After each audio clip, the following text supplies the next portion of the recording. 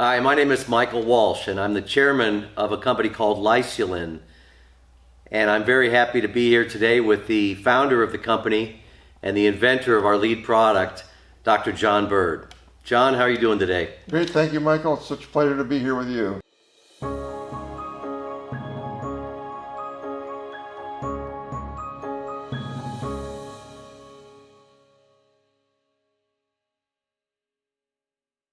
When we talk about complications from diabetes, we're really looking at a long time horizon. You know, we all indulge in a bowl of ice cream or a piece of chocolate cake from time to time, and we must have a big glucose spike. But what you're talking about is sort of years, months and years of basically walking around, perhaps unknowingly, that you have elevated glucose levels that your body's not able to regulate or manage properly. That's very true.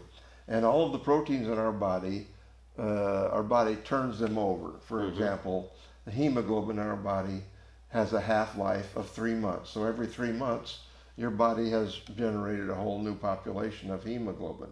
And once it makes that hemoglobin can react with glucose to form a glycated hemoglobin. Okay. And that's one of the laboratory tests that doctors use to diagnose diabetes. So glycated hemoglobin, if it's above 6.5%, that you have diabetes. If it's below 5.7%, that's the normal level. Okay. And people with normal levels of glycated hemoglobin, or hemoglobin A1c, or A1c, it's also called, normally they have levels between like 4.5 and 5.5%. And if it's between 5.7 and 6.5%, that's called prediabetes, which means you're on the path to diabetes. If it's above 6.7, you have diabetes and you need to manage it. And they use that glycated hemoglobin test to see how well your diabetes management program is working, to see if you can drop it down.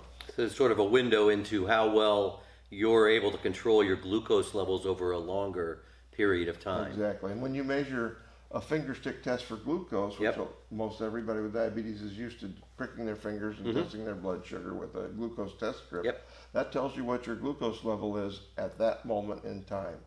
So you don't know if it's going up, going down, or if it's holding steady. And in my example, if we had a bowl of ice cream or a Coke or chocolate cake, it would spike up. And that's not really indicative of your average long-term glucose management. Exactly, and that's what the A1c test gives you, is your indication of your average daily blood sugar over previous 1 to 3 months.